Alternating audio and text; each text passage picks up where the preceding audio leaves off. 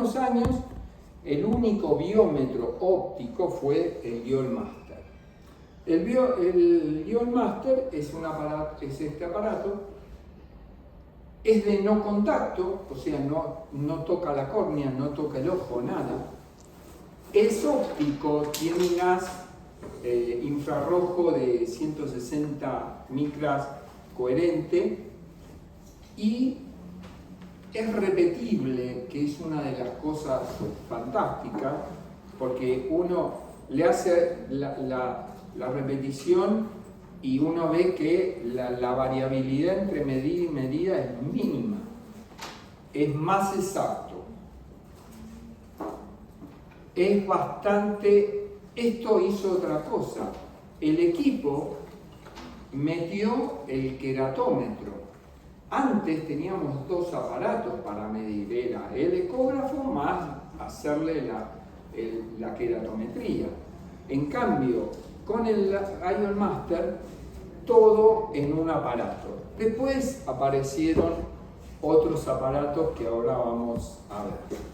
Entonces, cuando decimos, ahí empezó a jorobar, ya el tema del largo lo habíamos resuelto muy bien con eso. Pero ahí empezó a jorobar el tema de la córnea. O sea, yo les mostré antes que en la primera etapa la medición de la córnea era lo menos inexacto, era bastante exacto. Lo que fallaba era la estimación de la cámara anterior y la medida del largo axial. Con el Guiol-Master mejoró enormemente la medida del largo axial y empezaron a aparecer problemas de la sequedad, que es una fuente de errores en el cálculo muy importante. Ya sea porque el paciente tiene puesto un lente de contacto, se lo saca, porque uno le toma la presión o hace una gonioscopía. Por supuesto, no hay que medirlo en esas condiciones, hay que medirlo con la córnea sin ningún toque. Y pensemos que si hay un error de una dioptría, ese error se transmite igual de una dioptría en la queratometría, ¿no? En la K, se transmite igual al lente. Es decir, el error del lente es casi una dioptría. Entonces, es muy importante tener la idea de la queratometría. Entonces, ¿qué pasó con la posición estimada del lente? Se vio que muchas de las fórmulas lo hacían de manera lineal, es decir, a mayor largo axial del ojo, la posición teóricamente se corría para atrás. Pero la verdad es que los ojos no son así. Hay ojos largos que tienen cámara anterior corta. Hay ojos cortos que tienen cámara anterior más larga. Y hay ojos medios que tienen o más corta o más larga o normales. Entonces, como todas eran una función, se daba por sentado la posición efectiva del lente en función del largo axial. Si ustedes ven, en estos ojos, todas las fórmulas coincidían casi en el resultado, que es un ojo, como dice acá, que tiene la 3,5 de profundidad de cámara y 23 milímetros de largo axial. Eso sería el ojo promedio normal, pero no todo el mundo lo tiene y cada vez se ven más disparidades, es decir, córneas hipercurvas con ojos miopes, córneas hipercurvas con ojos hipermétropes. Entonces no hay una correlación. Entonces, ¿qué pasó? Ahí empezaron a aparecer las fórmulas que trataban de corregir eso, de que la posición efectiva del lente estuviera, digamos, ubicado. Y entonces Hollerith crea la fórmula 2, la 2, fíjense que hasta acá, o sea, hasta que los ojos tienen 21,5, 22, casi todas las fórmulas venían bastante bien con la de Holaday, pero acá es donde más se dispersan, en los ojos muy cortitos. A esos ojos yo les tengo mucho más miedo que a los miopes para calcular. Los ojos cortos, más cortos de 20, dan cualquier cosa. Entonces, las ventajas que tenía la biometría óptica, las ventajas eran que se aprendía rápido, porque uno tenía que tocar el botón nada más, no andar con la sonda, de no comprimir, de ponerla derecha, de todo eso. Era muy independiente del operador, no se tocaba el ojo, se detecta una cosa fundamental, automáticamente el ojo derecho y el ojo izquierdo, es decir, no es que uno podía cometer un error que los parámetros salieran mezclados, el ojo derecho con los valores del izquierdo y eso, no, porque el tipo se pone así y el equipo reconoce el ojo derecho y el ojo izquierdo.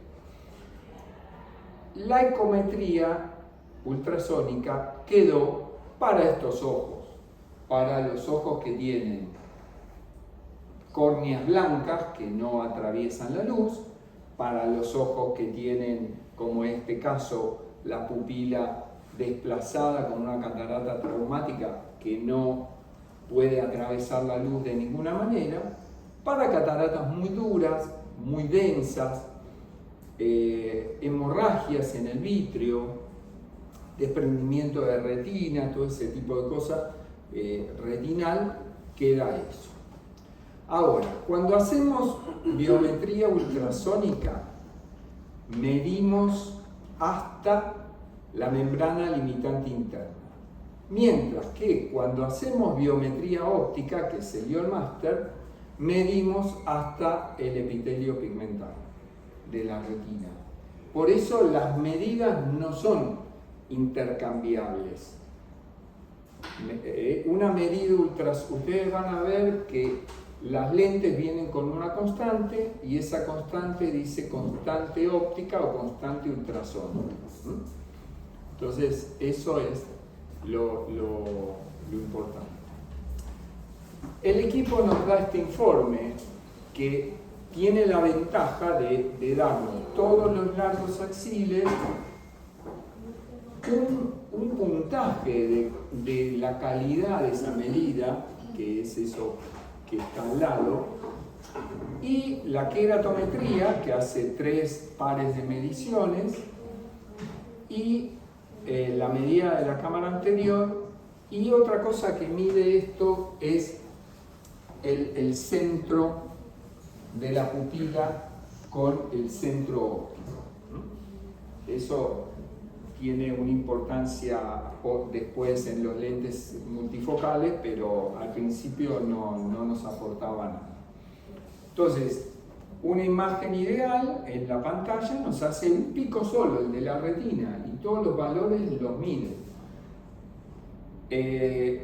Una cosa que es importante es que se pueden hacer 10 mediciones seguidas y que al menos 4 mediciones estén dentro de una diferencia de 0.02, que es el margen del error del equipo. Si uno lo hace muy cuidadoso, puede dar todas las medidas iguales. Lo que pasa es que como el paciente a veces se mueve, parpadea, hace cosas, puede variar. Y la imagen no es un eco, sino es la imagen de la interferencia, es como la de arriba. El pico es donde está la retina. A veces, si hay opacidades, nos da este ruido acá abajo, que este ruido es un poco, es interferencia. La queratometría era el punto débil de este equipo porque hacía solo 6 mediciones de las córneas. Y entonces uno a veces encontraba variantes en cuanto a esto, ¿no? En que entre una medición y otra medición, por ejemplo, acá están iguales en cuanto al poder, pero difieren un poco en cuanto al eje, y acá está un poco iguales en cuanto al poder, pero difieren en cuanto al eje. Es decir, en una palabra, esta queratometría servían para el cálculo, porque el poder era bastante constante, pero no para, por ejemplo, saber dónde poner un lente intraocular para corregir astigmatismo, un lente tórico para corregir astigmatismo.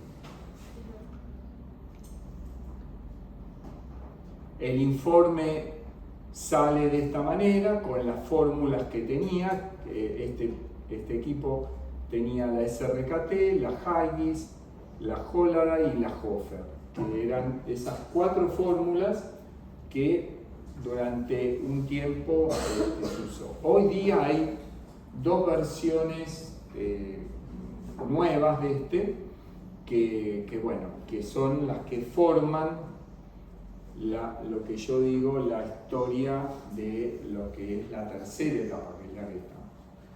¿Alguien tiene alguna pregunta, alguna cuestión que haya? ¿Alguien usó alguno de estos equipos en algún lado?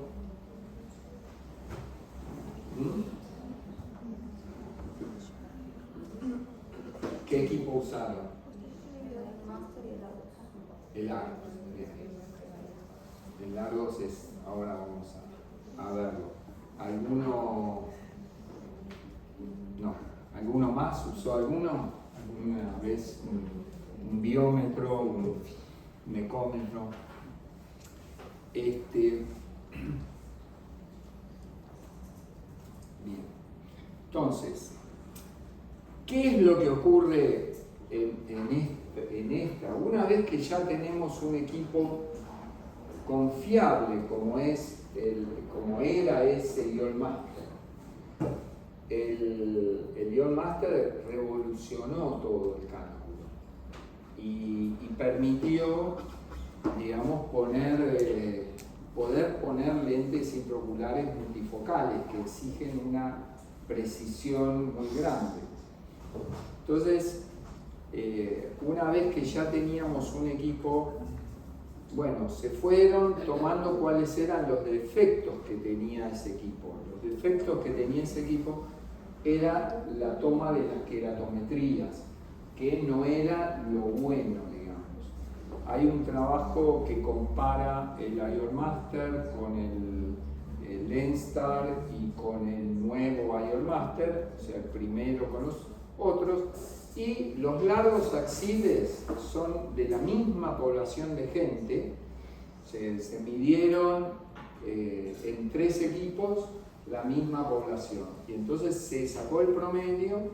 Los largos axiles no diferían estadísticamente significativo, eran 23-12, 23-13, 23-14, en ese rango. Las cámaras anteriores tenían una variación significativa. Y las queratometrías, porque las queratometrías son muy dependientes del paciente, del ojo seco, del lugar donde uno hace el examen.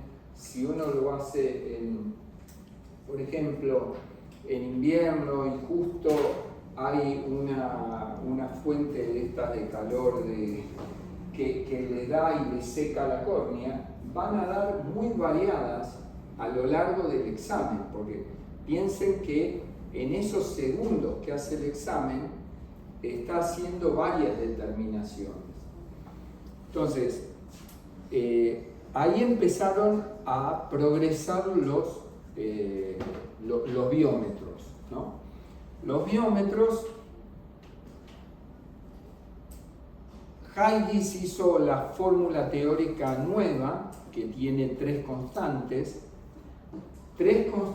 para determinar la posición efectiva de la lente, o sea, la profundidad de la cámara anterior. Y aparecieron el Lenstar y luego apareció el Ion Master 700. que los dos equipos incorporaban muchas cosas. Sobre todo, el Lenstar mejoró mucho las medidas corneales. Fue un gran avance en ese sentido. Y luego, por supuesto, el Leoldmaster le volvió con nuevas medidas y incorporan elementos del cálculo que son bastante interesantes, que después vamos a ver. Pero ¿qué pasa?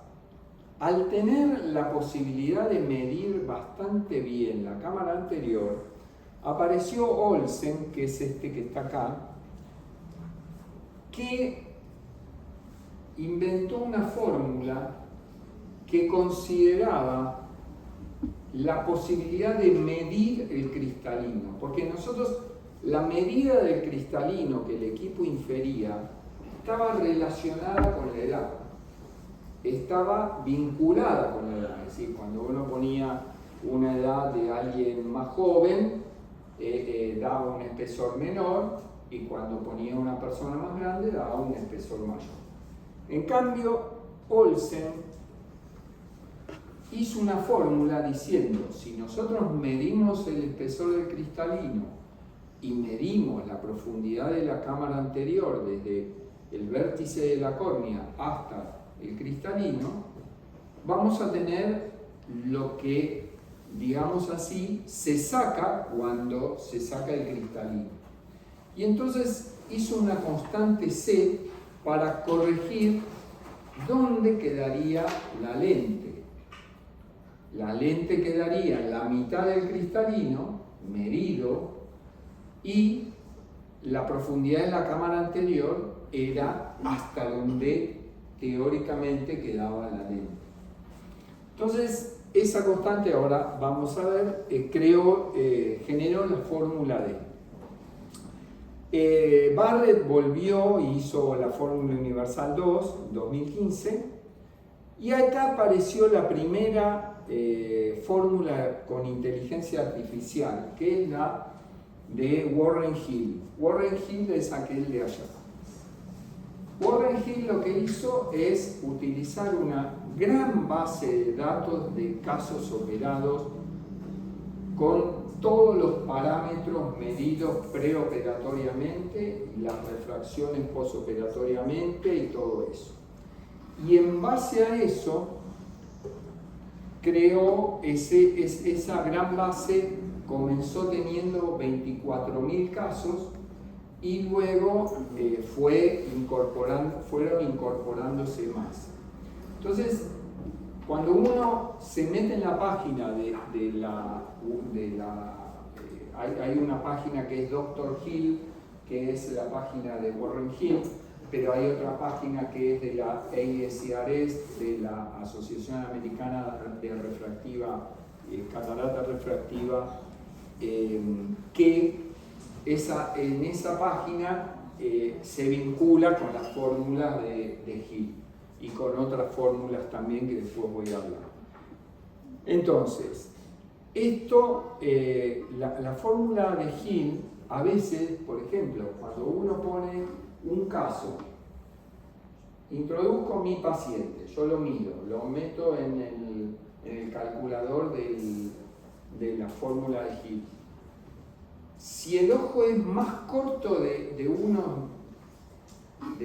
determinado, dice: no tengo suficiente, digamos, como monto de información como para calcular ese ojo, que es lo que yo decía, que los ojos cortos siguen siendo un problema. Por suerte son bastante infrecuentes, pero cuando uno tiene un ojo corto, el cálculo es muy difícil. Es muy difícil porque ni esta ayuda. Ahora, fuera de eso, los otros ojos, los que tienen muchos casos incorporados en esa base de datos de la inteligencia artificial, realmente es muy buena. En el año 2020 apareció una fórmula que creó Kane de Inglaterra, en base a los registros que ellos llevan de los operados es cerca también de 25.000 casos. Entonces él tomó los resultados de esos 25.000 casos que tiene el sistema de salud inglés, como que recibe toda la información, y hizo una fórmula que en algunos trabajos muestra una mayor exactitud. ¿Cuál es la mayor exactitud? Que el 72% de los casos, con la fórmula de Keynes, quedaron en más o menos 0,25. Fíjense que estamos ya acercándonos mucho al resultado de error cero, pero en el 72%. El resto quedaba entre el 0,50, entre el 0,75, es decir, se va espaciando y cada vez hay menos. Ahora, las otras fórmulas, inclusive la de Barrel, Olsen, la de Haigis, estaban hasta el 67%. Quiere decir que hoy día todas estas fórmulas son bastante exactas, en general, no es lo que pasaba antes. En el año 2021 surge una idea con un grupo de expertos de cálculo de lente, Sabini, Hofer, de armar, y Dante Bonsanti, que es argentino y que participó de la creación de esto, de ese ISRS Calculator, es el calculador de la Sociedad Europea de Catarata y Cirugía Refractiva. Entonces son unas múltiples fórmulas, otras fórmulas, EVO, Hofer, QRF, son unas cuantas, mismo estas, muchas de estas, la Barrett es una de las más usadas, la Haigis, la Hollarday 2, bueno, todo eso están las fórmulas en el calculador. Entonces uno pone los datos del paciente y sale como cada lente de esos 10 lentes que tiene, cómo quedarían y con qué lente. Entonces uno ve todo el cálculo y puede elegir con mayor certeza. A veces hay ojos que dan un poco de disparidad y crea problemas, pero digamos, cuando uno ve que muchas de las fórmulas dan el mismo valor del lente y el mismo error que quedaría poniendo ese lente, uno dice, bueno, es un cambio enorme.